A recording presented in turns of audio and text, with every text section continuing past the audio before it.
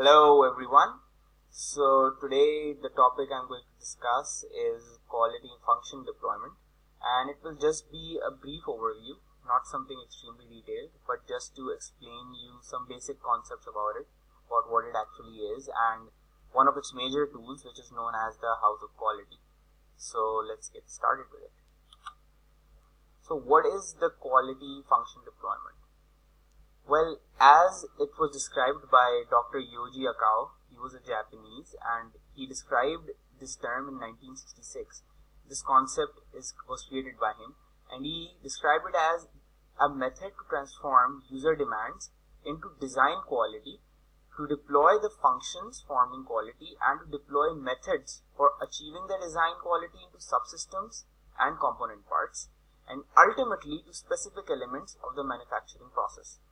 Now, this might seem really complex to you, but in simple words, it is a process for determining customer requirements, and we will be labeling them as wants, like what the customers actually want, and translating them into attributes, as in how that each functional area can understand and act on. Like, it depends on what the customer actually want, and how will your product give that customer that need or that want. So the wants will be what the customer wants, and the hows will be the ways you are fulfilling their wants. How is quality function deployment useful? You must be thinking about it. So some of its main key features are that it really helps planners to focus on new or existing products from the viewpoint of consumers. Like, in today's world, we don't really know exactly what the consumers actually want, right? I mean, it's very difficult to plan and to strategize according to something exactly what the consumers want. And this quality function deployment tells us exactly how to do that. And another part of it is that it's somewhat quantitative, and it produces graphs and matrices. So it's not all just vague words. I mean, it's something quantifiable and something you can actually act upon. It allows us to transform customer needs in a product design and development. It allows us to prioritize each aspect of consumer want and act accordingly. I mean, what is the main purpose of producing a product, right? I mean, what you really want to do is you want to satisfy the consumer the most. And the best way to go about it is exactly knowing how the consumer will be satisfied and what are the exact wants of the consumer. If you try incorporating all of that into a design, into your product engineering and development, it will obviously turn out to be a success. It has a higher chance of being successful. So, what is the house of quality? Well, a house of quality is an important tool used in the quality function deployment. It is a graphical representation, as we will see an example, and it shows the relationship between customer desires and the product. I will explain it to you further as well, but we come up with what the consumer actually wants, a list of all the wants of the consumer, and how will we be satisfying those wants. We come up with a list of all these and show the relationship through this house of quality.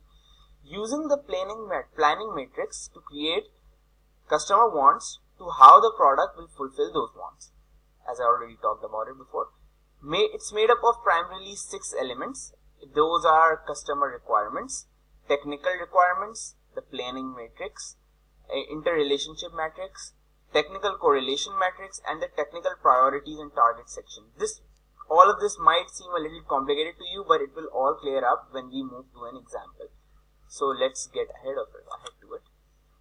For example, I have chosen the product pizza, a general pizza, and what would be the house of quality for this product?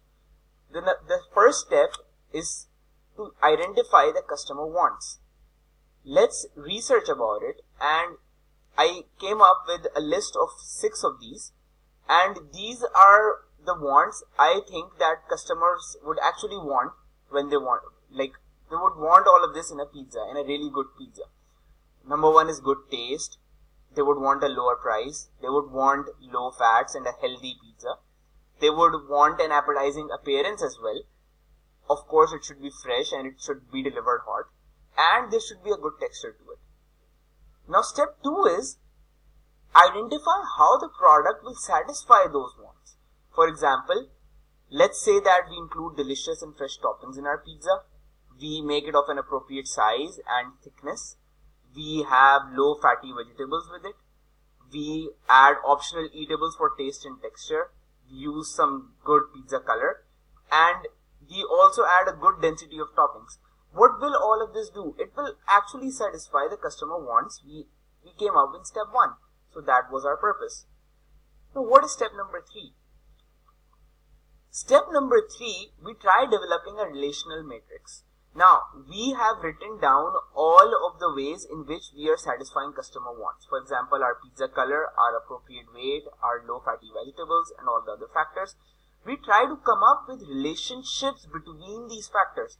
For example, if I see a relationship between pizza color and optional eatables, I would say it again, pizza color and optional eatables, I would mark this dot right over here. What this dot represents is that there is a relationship between this pizza color column and this optional vegetable eatables column. See? If there is a relationship between low fatty vegetables and delicious and fresh toppings, I would mark this box. If there is a relationship between optional eatables and delicious and fresh toppings, I would mark this box. And accordingly, we keep marking the relationships we have.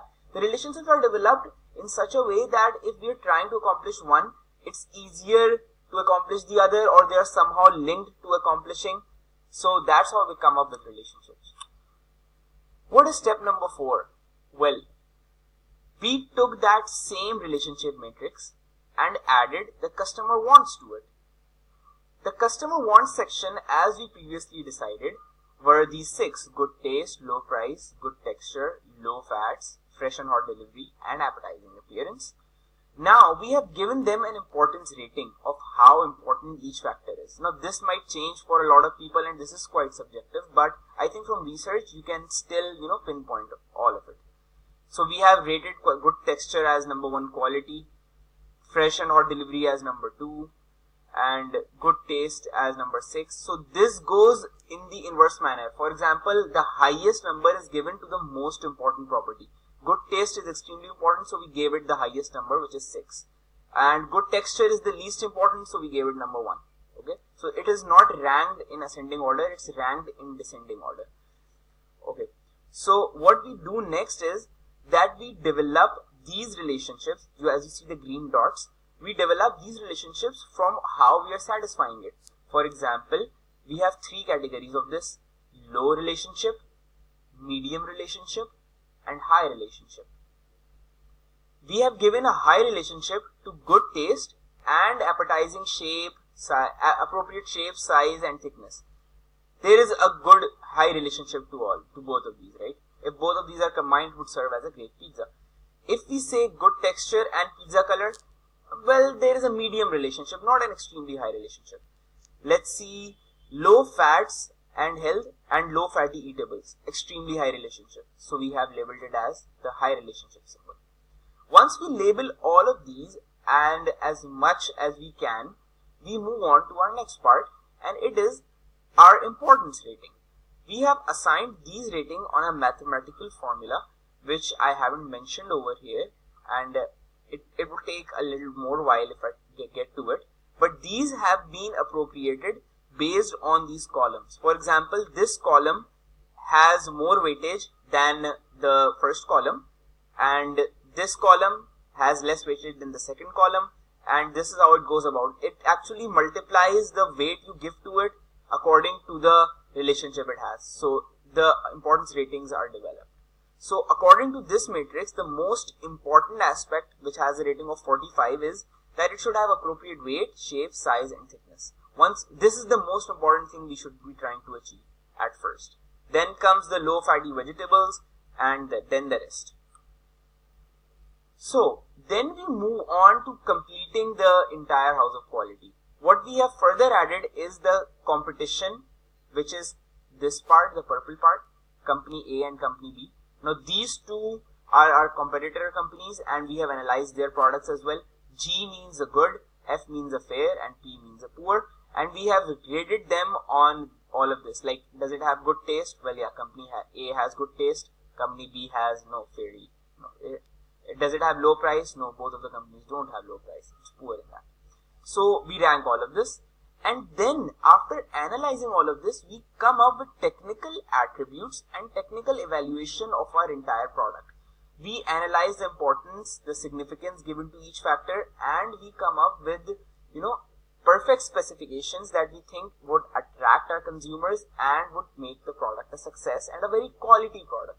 So that was about it, guys. This is the quality function deployment explained, and I explained a tool of it as the house of quality. It is a part of quality function deployment, but there are other tools in it as well. But this is, you do get the gist of it, right? It's basically about knowing consumer wants and exactly pinpointing on how you will be satisfied.